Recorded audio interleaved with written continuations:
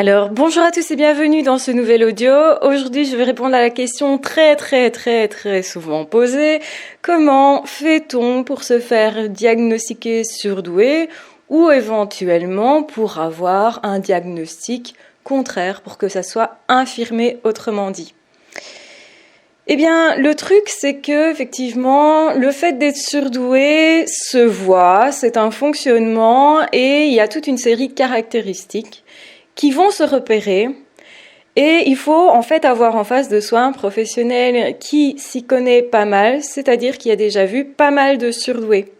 Ça veut dire quelqu'un qui s'est intéressé longuement à cette question, qui sait diagnostiquer déjà beaucoup de profils, parce qu'effectivement, il ne faut pas que ça soit confondu. Et en réalité, c'est pas vraiment quelque chose qui va tellement de soi. Alors, heureusement, il y a des prestataires qui s'associent, qui créent effectivement des organismes qui vont être justement spécialisés là-dedans, qui vont non seulement vous faire passer un test de QI, parce qu'on passe toujours par là, et en même temps qui vont vous écouter, donc comment vous parlez, comment vous allez justement discourir, la manière dont vous allez vous présenter, comment vous êtes vous, comment vous fonctionnez vous, quel est votre passé, quelle est votre histoire. Tout ça, ce sont tous des éléments qui vont permettre de savoir si oui ou non la surdouance vous concerne.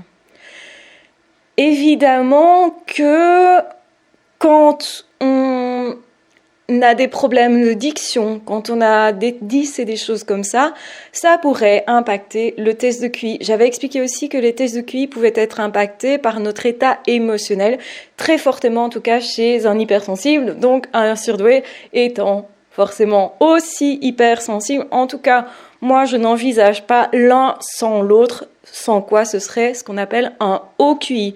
Il y a des professionnels qui vont classer les hauts QI dans les surdoués en se disant être surdoué, c'est simplement avoir un haut QI. Alors que c'est pas le même fonctionnement, il y a quelque chose effectivement de très différent à ce niveau-là, même si les deux peuvent tout à fait se connecter, puisque forcément, il y a des façons de penser, de fonctionner, qui peuvent justement se correspondre, se comprendre. Comme un aspi et un surdoué peuvent aussi se connecter, comme un hypersensible peut se connecter avec un surdoué. Vous l'aurez compris, il faut vraiment avoir un ensemble de critères à remplir pour qu'on puisse être diagnostiqué surdoué.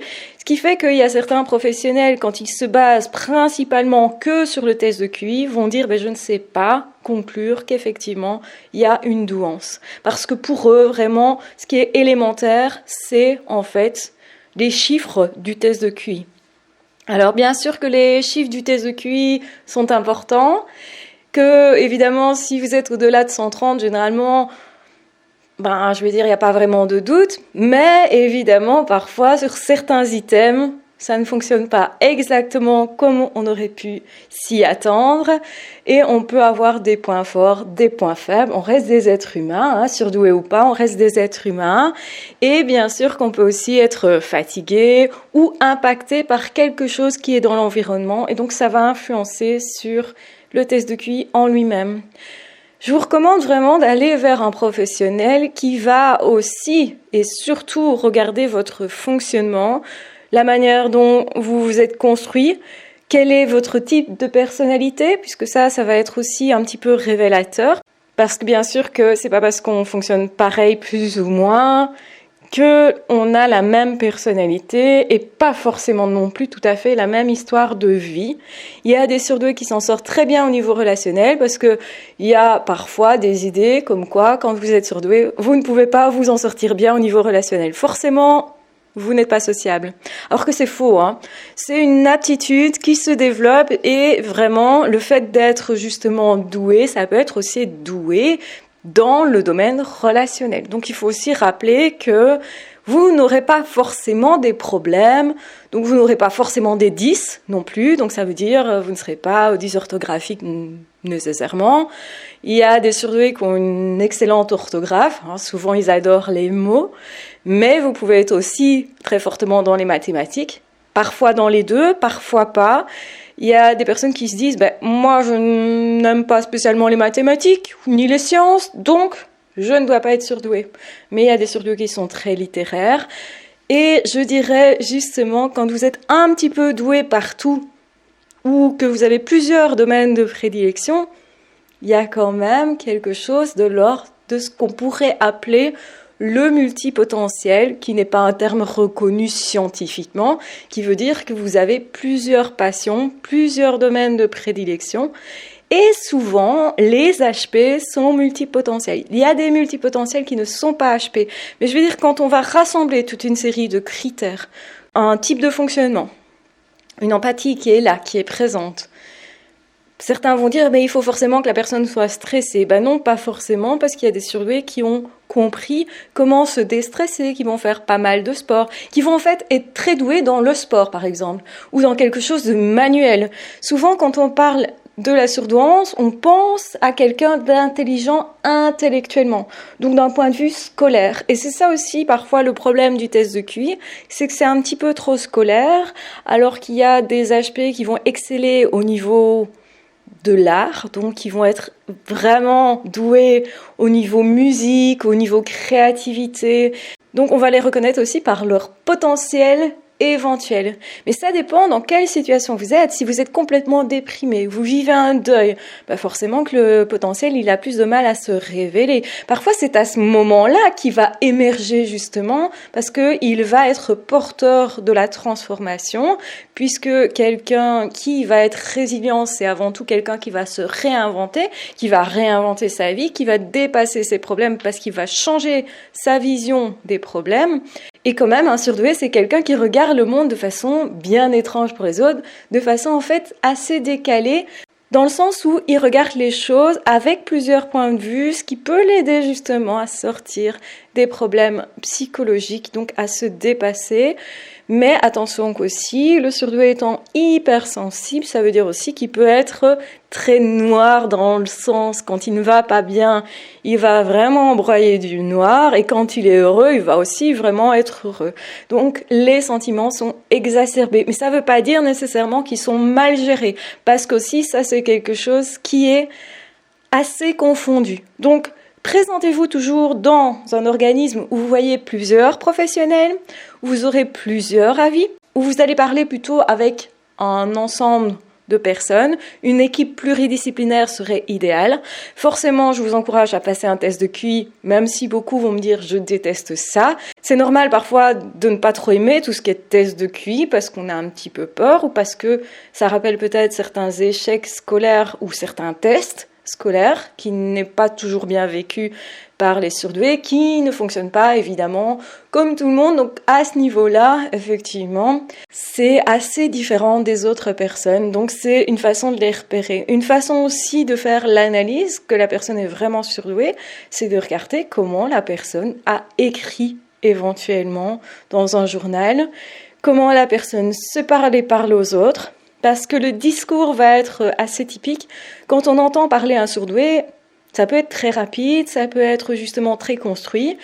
Les enfants en bas âge surdoués, c'est assez hallucinant parce qu'ils vont poser des questions tellement précises, presque chirurgicales, pour aller vous questionner sur le petit truc qui vous dérange mais que vous ne vouliez pas voir. Et donc là, c'est un autre signe. Je dirais un autre signe aussi, c'est que quelque part, dans la vie du surdoué, généralement au début, il ne sait pas trop bien comment faire, et puis généralement, plus il avance en âge, plus il trouve des techniques, des stratégies. Et ces stratégies-là, d'une part, vont faire qu'effectivement, ils vont s'adapter trop dans le sens où ils pourraient justement s'adapter à des choses qui ne leur conviennent pas, mais s'ils s'adaptent à des choses qui conviennent pour eux, mais c'est génial en fait. Donc généralement, ça va s'améliorer avec le temps. Donc un surdoué qui va bien moralement, normalement il est plus vite repérable. Quelqu'un qui ne se camoufle plus, qui s'accepte vraiment, est plus vite repérable parce qu'il va l'assumer. On va aussi voir un type d'humour très décalé. Alors ça veut dire jouer beaucoup avec les mots, être dans la gênance, donc gêner les autres, c'est ça que ça veut dire. Ça peut être parler un petit peu des films qu'ils ont vus en étant très décalés, en étant très analytiques aussi. Certains vont être très poètes, d'autres vraiment dans la musique, dans la créativité énormément. Donc tout ça, ça va se retrouver dans le relationnel, ça va se retrouver aussi dans le professionnel. Et justement, il faut écouter le discours, il faut vraiment sentir aussi, parce que quelque part, Je pense qu'il y a vraiment que quelqu'un, un professionnel qui est lui-même surdoué, qui a fait ce chemin-là, qui est le mieux positionné. Je dis pas que certains autres sont pas bien positionnés, alors ils doivent vraiment avoir une certaine finesse d'esprit et d'analyse aussi. Et donc, en réalité, pour détecter un autre surdoué, les autres surdoués vont le détecter. En fait, vont ressentir directement, vont vraiment, au niveau intuition, très vite se connecter. Attention qu'évidemment, il y a des personnes qui vont dire qu'ils sont surdoués alors qu'ils ne le sont pas. Et c'est vrai que j'avais dit qu'il pouvait y avoir des petites fautes d'orthographe à certains moments. Quand on est concentré sur le contenu, parfois un surdoué qui écrit va effectivement faire des petites fautes, mais ça sera des petites fautes de grammaire, pas des choses très graves. S'il y a des fautes d'orthographe à tous les mots et que c'est vraiment la langue maternelle, ben forcément que là, pour moi, c'est peu probable que la personne soit surdouée, à moins d'avoir vraiment jamais eu accès aux livres, à Internet, etc. Mais quand même, on est dans un monde qui est hyper médiatisé, où on est vraiment hyper connecté, et donc où, je dirais, la culture est plutôt très accessible. Donc, généralement, on n'a plus trop ce cas de figure. Donc, la plupart des personnes, effectivement, vont plutôt bien réussir le test de QI s'ils sont concentrés et s'ils arrivent aussi à se détacher un peu du résultat. Parce que s'il y a trop d'anxiété, ça peut jouer justement dans le fait que c'est pas révélateur. Donc, quand un professionnel vous dit c'est pas révélateur, si le professionnel n'a fait qu'un test de QI, eh bien, méfiez-vous parce que ça veut dire que le professionnel ne regarde pas vraiment votre fonctionnement, votre personnalité, votre discours et tout ça. Et il y a des tests à faire en réalité pour voir si l'autre vous suit, pour voir justement les réponses qu'on vous fournit. Ça va être déterminant sur est-ce que l'autre l'est ou pas. Donc effectivement qu'il y a des subtilités et je dirais c'est assez subtil au final de savoir si une autre personne est surdouée ou pas. Mais si directement vous allez dans un organisme qui rassemble les surdoués, vous vous sentez bien directement, vous comprenez tout, vous répondez tout de suite, tout est fluide, tout est facile et particulièrement facile par rapport à d'habitude avec d'autres personnes. Là, vous savez que vous l'êtes, je vais dire, et il y a vraiment peu de chances que vous ne le soyez pas si vraiment vous arrivez à vous insérer à partir de groupes comme ça qui vont être formés et où justement il y a principalement des surdoués. Je dis principalement parce que ça ne veut pas dire que nécessairement il n'y a que des surdoués. Il y a des hauts QI qui ont été étiquetés parce que c'est des étiquettes surdoués, parce que justement ils ont réussi le test de QI. Donc là, je veux dire, c'est un biais. Il y a aussi les ASPI. Les ASPI ont cette particularité d'exceller aussi dans certains domaines, mais à certains moments, leur fonctionnement, je dirais, est perturbé. Donc, c'est-à-dire qu'ils ont besoin de se reposer, ont besoin de s'isoler beaucoup plus. En fait, ils sont très performants à certains moments et à d'autres, ils semblent, alors c'est vraiment sembler parce que ça se récupère après, mais ils semblent perdre certaines capacités ou être déroutés, ils sont en fait très très impactés émotionnellement, beaucoup plus encore que les surdoués, et donc vont parfois un petit peu dysfonctionner. Donc ça, c'est des grosses différences entre surdoués et ASPI, et on peut confondre les deux. C'est bien qu'il y a des ASPI, justement, qui ont été diagnostiqués d'abord surdoués, parce que le fonctionnement est vraiment très proche. Alors qu'en fait, c'est pas ça. Un ASPI et un surdoué, c'est différent. Et même si certains organismes les rassemblent, malgré tout, même s'ils s'entendent bien, on les rassemble parce qu'ils s'entendent bien, parce qu'ils se comprennent, parce qu'il y a un certain tact de l'un et de l'autre. Donc en fait, on dit souvent que les ASPI n'ont pas de tact et tout ça. En fait, ils sont très vrais, très authentiques. Le surdoué, il adore ça, donc ça se passe très bien. Le surdoué aussi, généralement, il met les formes quand même, mais il aime mieux quand c'est authentique et parfois, pas dire bonjour, au revoir, ça le dérange pas trop. Ça dépend en fait des personnalités. Mais généralement, l'ASPI et surdoué vont arriver à se comprendre très bien. Il y a une grosse différence évidemment dans le besoin du surdoué de chercher toujours la nouveauté et l'ASPI qui au contraire préfère rester dans des habitudes, dans quelque chose qui est déjà établi. Donc parfois, c'est un peu corsé du coup pour l'ASPI de suivre le surdoué. Et pour le surdoué, justement, de rester dans quelque chose qui est déjà connu aussi. Donc il y a forcément des choses différentes entre les deux, mais souvent au niveau intellectuel, ils peuvent apprendre ensemble et ils peuvent aussi, comme je disais, se connecter au niveau relationnel. Maintenant, est-ce qu'ils peuvent vivre ensemble à long terme ? Je pense que généralement, c'est quand même difficile. Mais quand il y a de l'amour, on peut tout faire, hein, bien sûr. Chacun fait ses choix à sa façon. Mais je pense que vraiment, les ASPI ensemble, ils se sentent hyper bien. même s'il y a beaucoup plus de différence entre des aspis qu'entre des surdoués. Parce que le surdoué s'adapte à beaucoup de choses et au final, il s'intéresse à beaucoup de choses et aussi aux différents types de personnalités, qu'il peut adopter d'ailleurs. Certains surdoués pourraient d'ailleurs être qualifiés d'autre chose que surdoués parce qu'ils ont copié un type de personnalité. Donc vous l'aurez compris, eh bien, il y a beaucoup de centres qui ont à se spécialiser là-dedans. Il y a beaucoup de professionnels qui sont encore à l'étude à ce niveau-là. Et si je fais toutes ces vidéos et ces audios, c'est quand même aussi pour repréciser les choses et pour que ça serve éventuellement de point de repère. Point de repère pour les personnes qui sont surdouées et point de repère pour les professionnels aussi qui cherchent. On est quand même toujours qu'au début de la psycho et de la neurologie. Il faut le rappeler parce que beaucoup de personnes se disent « mais alors c'est pas une science exacte ». Non, c'est pas une science exacte, on n'est pas en train de faire des maths, les gars. Donc moi j'adore les maths, je suis quelqu'un qui était passionné de mathématiques, qui le suis toujours un petit peu, même si je suis dyscalculique pour ceux qui ne le savent pas. Eh bien, malgré tout, je vais vous dire, la psycho me passionne, mais non, ce n'est pas une science exacte. Par contre, votre intuition, elle sera toujours juste. Et je dirais qu'un professionnel, il doit aussi utiliser son intuition. J'ai dit aussi, ça ne veut pas dire que utiliser son intuition. Mais ça veut dire aussi ne pas utiliser que le test de QI, comme si c'était un test mathématique. Non, il n'y a pas de test de personnalité qui soit mathématique. Mais on va faire toute une série de tests. Pourquoi ? Test de personnalité, effectivement. MBTI, éventuellement. C'est un test qui peut fonctionner. Pour le surdoué aussi, pour le détecter. On va faire un test de QI, forcément parce que ça montre quand même le potentiel. Pas toujours, si effectivement les capacités sont perturbées à ce moment-là. On va aussi regarder quel est l'émotionnel. On peut faire par exemple un test de frustration, voir un petit peu. Parce que généralement, les surdoués sont très difficilement frustrables. Ça, je ne sais pas si vous le saviez. Donc, effectivement, on peut repérer un surdoué avec toute une série de caractéristiques qu'il faut bien connaître. Mais ce que vous allez repérer surtout chez un surdoué, c'est sa manière de fonctionner, sa manière d'être.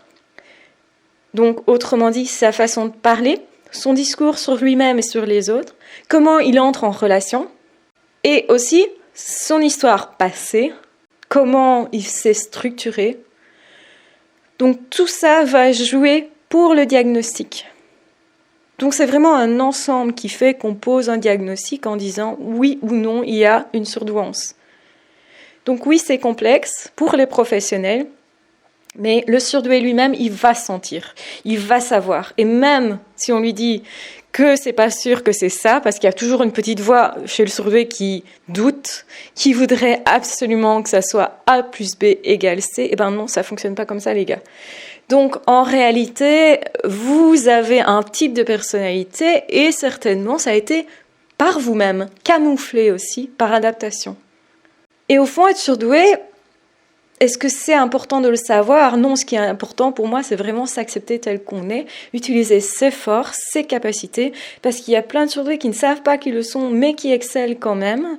Pourquoi ? Parce qu'ils s'acceptent, parce qu'ils ont envie de se dépasser, parce qu'ils se donnent ce qu'ils veulent, c'est-à-dire, par exemple, de la nourriture psychique, du relationnel, de la nourriture aussi intellectuelle. Donc, en fait, ils s'autorisent à aller vers ce qu'ils ressentent être intéressant pour eux. Et quand vous êtes connecté à ça, pour moi, vous êtes dans votre fonctionnement. Et vous n'aurez plus vraiment de problème parce que, justement, il n'y a plus de remise en question à partir du moment où on voit qu'on réussit. C'est quand même plus simple. Quand on a trouvé sa voie professionnelle, on se pose moins de questions. Quand on a trouvé au niveau du couple quelqu'un avec qui ça se passe vraiment bien, on se pose moins de questions. On va pas chercher qu'est-ce qui dysfonctionne chez soi. Le risque étant toujours de se trouver bizarre soi-même et au final de se dire j'ai sûrement un problème mental et je vais chercher là-dedans et de tomber chaque fois face à des professionnels qui ne détectent pas la surdouance, qui ne détectent pas la particularité. Et aussi, le risque, c'est d'expliquer cette particularité éventuelle avec une histoire de vie difficile ou avec des relations avec les parents qui n'ont pas été très sains, avec éventuellement des violences qui auraient été reçues. Quand on a, par exemple, dans la famille quelqu'un qui est toxique, on pourrait se dire mes problèmes sont dus à ça. Alors que non, vos éventuels problèmes, je dis problème parce que c'est entre guillemets un problème peut aussi se transformer, et c'est ça que je n'aime pas ce mot-là. Mais cet éventuel problème ne vient pas nécessairement du milieu ou de l'expérience, mais vient plutôt d'un fonctionnement qui est décalé, qui est différent, qui est à accepter. En fait, le problème vient du fait qu'on l'accepte pas. C'est pas le fait d'être décalé qui pose problème, c'est le fait de ne pas comprendre comment on fonctionne et de pas l'accepter.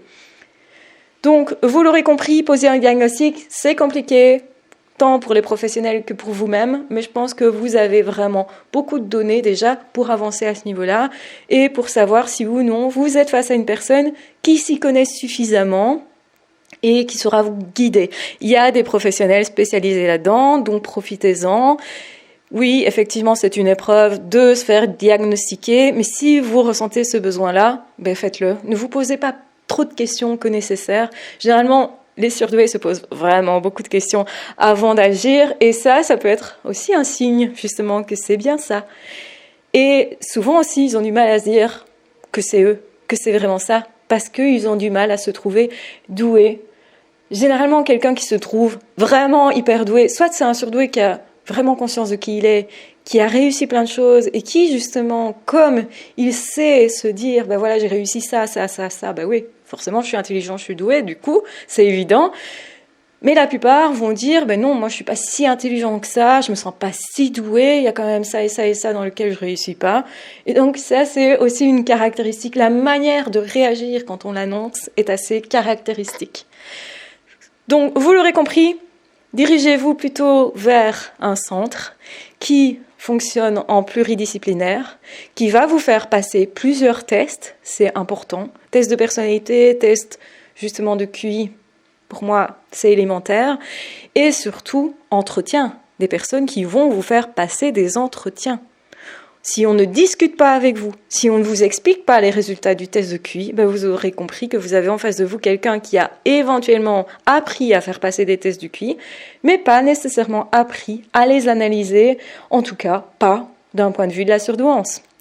Voilà, je voulais préciser tout ça, j'espère que ça vous est très utile, que ça vous éclaire, que ça vous permet de mieux vous orienter dans le cas où vous souhaitez un diagnostic. Je vous embrasse de toute façon bien fort, je vous aime très fort, prenez bien soin de vous. Et si vous voulez, une fois que vous avez eu le diagnostic, savoir que faire de ce diagnostic, là, je réponds à cette question par les 2 formations que j'ai sorties pour les zèbres. Je vous mettrai ça en barre d'infos, donc sous cet audio, vous allez trouver, donc quand vous cliquez en dessous de la vidéo, vous allez dérouler le menu en dessous et vous allez voir les 2 liens. Donc vous pouvez tout à fait, si ça vous dit, aller plus loin justement pour vous accepter. Si vous ne savez pas comment faire pour vous accepter, pour vous comprendre, ce sont des formations qui ont été créées pour ça. La première est vraiment la première approche qui balaie tous les domaines. Et la deuxième permet d'aller encore plus loin, c'est un perfectionnement si vous voulez. Mais l'une et l'autre peuvent se suivre séparément. Donc vous allez voir que ça se décoince au fur et à mesure du temps. C'est une formation où le contenu n'est pas tout directement accessible parce que sinon vous allez piocher partout en brûlant les étapes et donc sans vraiment tout assimiler et surtout que émotionnellement, ça peut faire l'effet, je dirais, d'une bombe. Donc, faut pas non plus aller trop vite pour ne pas que vous vous blessiez, pour que vraiment vous puissiez tout digérer au fur et à mesure et recoller tous les morceaux qui dysfonctionnaient, qui étaient un petit peu égarés à gauche à droite. Les petits morceaux d'infos que vous aviez à gauche à droite, où vous avez trouvé des explications, mais pas suffisantes, ça vous permettra de relire votre histoire, parce que c'est une grosse étape aussi pour un surdoué que d'avoir le diagnostic, et puis après de relire toute son histoire et de se dire est-ce que je suis bien au bon endroit au bon moment, pourquoi j'ai vécu ça à ce moment-là, pourquoi j'ai eu ces réactions-là, pourquoi les autres ont réagi comme ça. Et quand vous allez comprendre tout ça, en fait, vous avez une sorte de carte qui vous permet justement de vous orienter à travers les relations, à travers le monde, à travers la profession éventuellement que vous souhaitez exercer. Donc on parle vraiment de tout ça, je parle même un petit peu de spiritualité parce que souvent quand on est HP, on se pose des questions existentielles et donc on va aussi chercher dans la spiritualité. En fait, on va chercher dans tous les domaines pour avoir des explications, pour être guidé. Parce que souvent, c'est ce qui manque aux surdoués, c'est avoir quelqu'un qui les guide, qui les oriente, qui leur donne des pistes de réflexion, parce que bien sûr que vous avez votre personnalité et que vous allez aussi trouver vos propres méthodes pour avancer.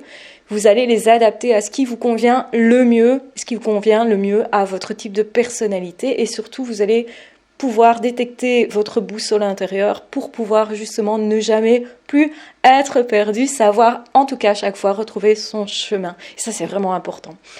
Donc voilà pourquoi ces formations ont été créées, voilà ce qu'elles apportent en détail, et j'espère du coup que vous aurez un beau chemin, parce que c'est vraiment important, et pas que pour vous. Je vous dis ça pour vous, bien sûr, pour vous épanouir, vous, c'est super important que vous viviez plus heureux, plus épanoui, et aussi plus en accord avec vous, mais aussi plus en accord avec les autres. Donc, en fait, c'est super important que les surdoués se mettent en marche pour œuvrer dans le monde. Je pense qu'on en a particulièrement besoin, tous, aujourd'hui. Donc, surdoués ou pas, c'est ça que je veux dire. Vous avez des choses à faire dans ce monde dont vous n'imaginez pas l'importance, et même si vous n'œuvrez qu'en partie, eh bien vos œuvres iront toujours plus loin que ce que vous allez imaginer. Donc c'est difficile de mesurer un impact positif, mais je vous assure que vraiment, il y a moyen. Il y a vraiment moyen. Donc voilà, je vais clôturer cet audio ici parce qu'il est assez long, donc n'hésitez pas à le réécouter. J'espère vraiment qu'il vous aura servi, qu'il vous aura aidé, qu'il aura été pour vous de qualité et qu'il vous fera vibrer encore et toujours à chaque fois que vous cherchez votre voie, votre épanouissement. Je vous embrasse bien fort, je vous aime très fort, prenez bien soin de vous et de toute façon on se retrouvera très vite dans d'autres audios ou dans d'autres vidéos. Ciao, bye bye!